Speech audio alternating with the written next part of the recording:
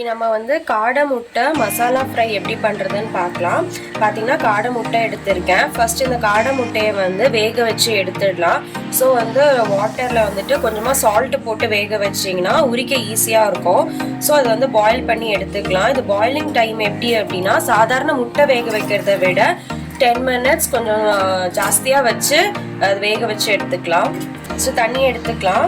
அதுக்கப்புறம் வந்துட்டு 1 teaspoon salt இது கூட ஆட் பண்ணிட்டு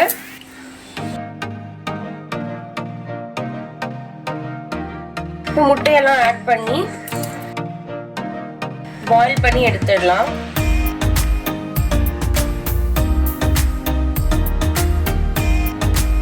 இதை நம்ம இனி பாயில் பண்ணி எடுத்துடலாம். பார்த்தீங்கன்னா முட்டை பாயில் பண்ணிட்டு அதை பீல் பண்ணி எடுத்து வச்சாச்சு. அடுத்து வந்துட்டு அதுக்கு மசாலாவுக்கு வந்து என்னென்ன இன்க்ரீடியன்ட்ஸ் தேவைன்னு நம்ம பார்க்கலாம். ஒரு வெங்காயம் எடுத்து குட்டி குட்டியாக சாப் பண்ணி வச்சுருக்கேன். அப்புறம் கொஞ்சம் கருவேப்பிலை, அப்புறம் அரை தக்காளியும் சின்ன சின்னதாக சாப் பண்ணி வச்சுருக்கேன். அப்புறம் 1/2 டீஸ்பூன் ஜிஞ்சர் கார்லிக் பேஸ்ட், அப்புறம் வந்துட்டு 1 டீஸ்பூன் குழம்பு மிளகாய் தூள், அப்புறம் 1/2 டீஸ்பூன் தனியாத்தூள், அதுக்கப்புறம் வந்துட்டு 1/4 டீஸ்பூன் மஞ்சள் தூள், அப்புறம் 3/4 டீஸ்பூன் சால்ட்டு, அப்புறம் 1/2 டீஸ்பூன் கரம் மசாலா, அப்புறம் 1/2 டீஸ்பூன் சோம்பு தூள். டேபிள் ஸ்பூன் அளவு எண்ணெய் ஊற்றிக்கலாம்.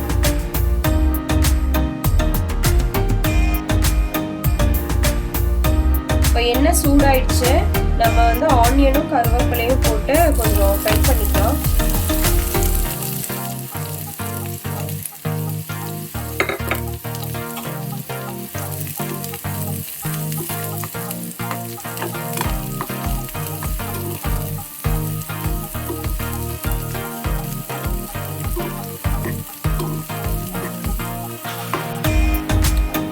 ஆனியன் கொஞ்சம் வதங்கிடுச்சு. நம்ம நெக்ஸ்ட் இஞ்சி பூண்டு பேஸ்ட் ஆட் பண்ணி வதக்கலாம்.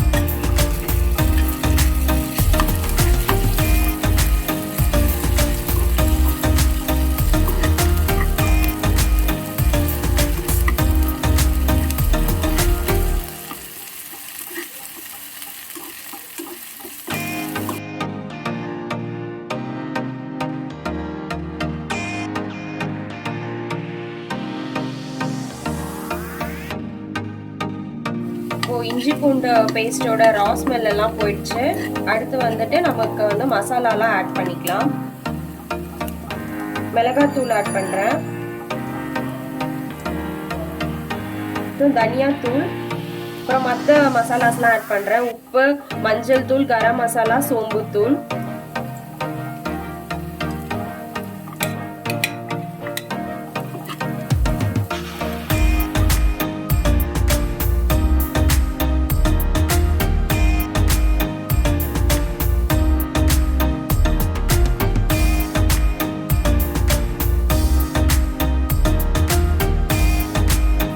டொமேட்டோ ஆட் பண்ணிக்கலாம்.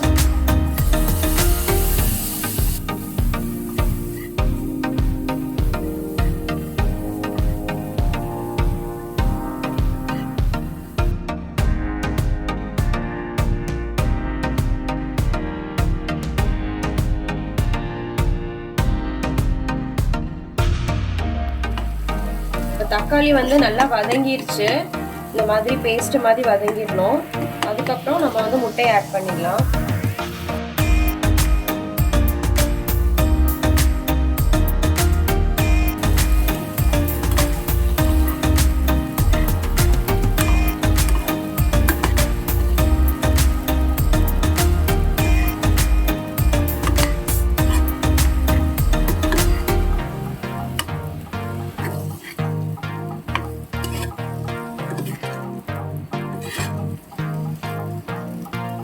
லாஸ்ட்ல வந்து கொரியாண்டர் லீவ்ஸ் ஆட் பண்ணிக்கலாம்.